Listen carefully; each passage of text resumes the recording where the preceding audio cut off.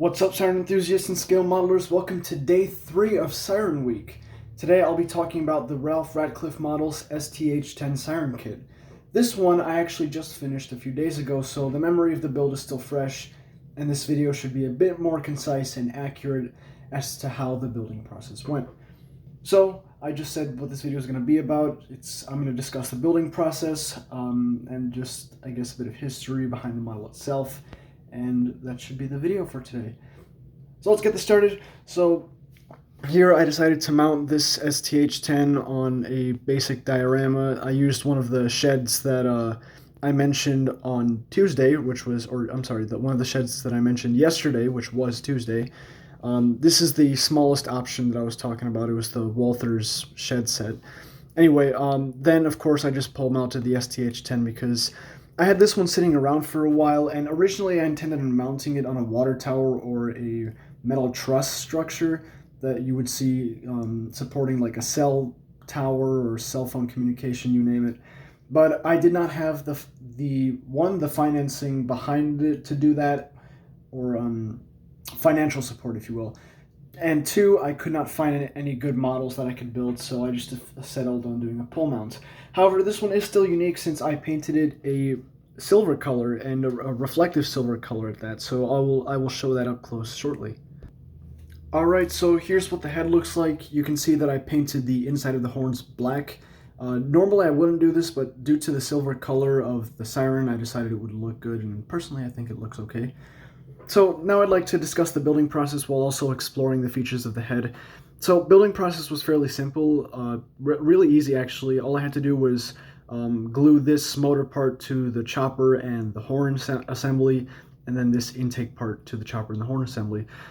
Very easy, very simple, only 3 parts to assemble the Siren itself, and you're on the way, or on your way.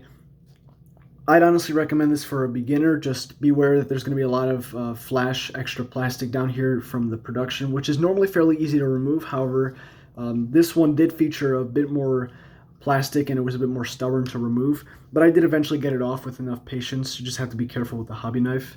And from there it was smooth flying. I just had to paint it, give it a few coats of paint, then paint the horns, glue it onto the pole, and we were set. Something I'd also like to point out is the conduit here. Of course, I used my burnt plastic technique. I think I did a decent job at making it appear as though the wire goes through the horns, through the gap in the horns, like on real STH-10 Sirens. However, that's actually not the case because I wasn't able to make a hole to get the conduit through, so this is actually 2 separate pieces of plastic. So tell me how you think I did on, I guess, disguising that, if you will. Oh, no, I didn't break it. I thought I broke it for a sec. But yeah, that's all I really have to say about the head. It looks pretty realistic and very nicely done. As in, it was produced nicely. I'm not going to say that my craftsmanship or my work was nicely done. I don't like praising my own work. You guys form your own opinion about that.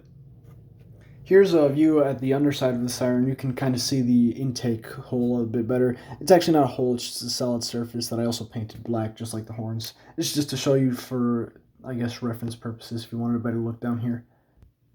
So now we've moved on to the controls, and here's what the controls look like. This box here is included with the Siren, the large box. This is a unit that holds the radio receiver and the manual control setup. And under here, this is a box that was included in a special bag that I requested of extra control boxes. They gave this to me, Ratcliffe Models gave this to me in February of 2021, and I still had some extras, so I decided to use it. This is supposed to be a motor starter that starts the motor up on the Siren. So you can see the conduit going up to the head. It goes from the bottom of the motor starter box, and it goes up the pole and up to the head. And this, unlike the SD-10, even though the SD-10 and this setup are pretty similar in overall nature, this one I actually got correct. I put of course, the power meter, which is connected to the building here. I'll show you that. Yeah, you can see the power comes from the building. The disconnect is inside of the shed here. It goes from the building to the meter, and this is a grounding wire here. I have the meter grounded, I guess. And then the wire goes up to the motor starter box, up to the master control area, and then back down and up to the head, just like a real Siren setup. So this is actually pretty much 100% realistic. And of course, here's the shed. Unlike the shed with the SD10, this one was fairly simple, straightforward to do. And I actually did some weathering here on the roof, and this was completely unintentional. These splotches here, basically what I did is I took extremely well. First, I took just black paint and hand brushed it onto here, and while it was still wet, I smeared some water drops on it so it would um, dilute the paint so it wouldn't stick as well. Then I waited, I'd say about 10 seconds, and I brushed the roof to distribute the water evenly and loosen up more paint. Then I put the roof onto a dry paper towel so the water and the paint mixture could absorb, and this is what resulted. So I think I did a solid job. As for the other weathering elements, I just brushed paint and then dried it off using a dry brushing technique, a combination of a dry brushing technique and some wet paint as well. So it was pretty nice. If it were up to me, honestly, I'd probably put the shed in the open position. Unfortunately, the door doesn't allow that. I had to make it closed. And of course, just like the SD10, I made a little path here. So that's that. Well, that concludes the video. I know this one was definitely shorter than usual, but I didn't really have that much to say. Now time for final conclusions and everything. As I said earlier, the STH-10 Siren kit is a very versatile kit that you can build almost any type of mount with. So if you're looking for a first scale model and also a first introduction to Ralph Ratcliffe's Sirens, I'd recommend getting this one. You just build it, put it up, throw it up on a pole or the roof of a building if you have a building built. And then from there, you can move on to the Thunderbolts, the SD10.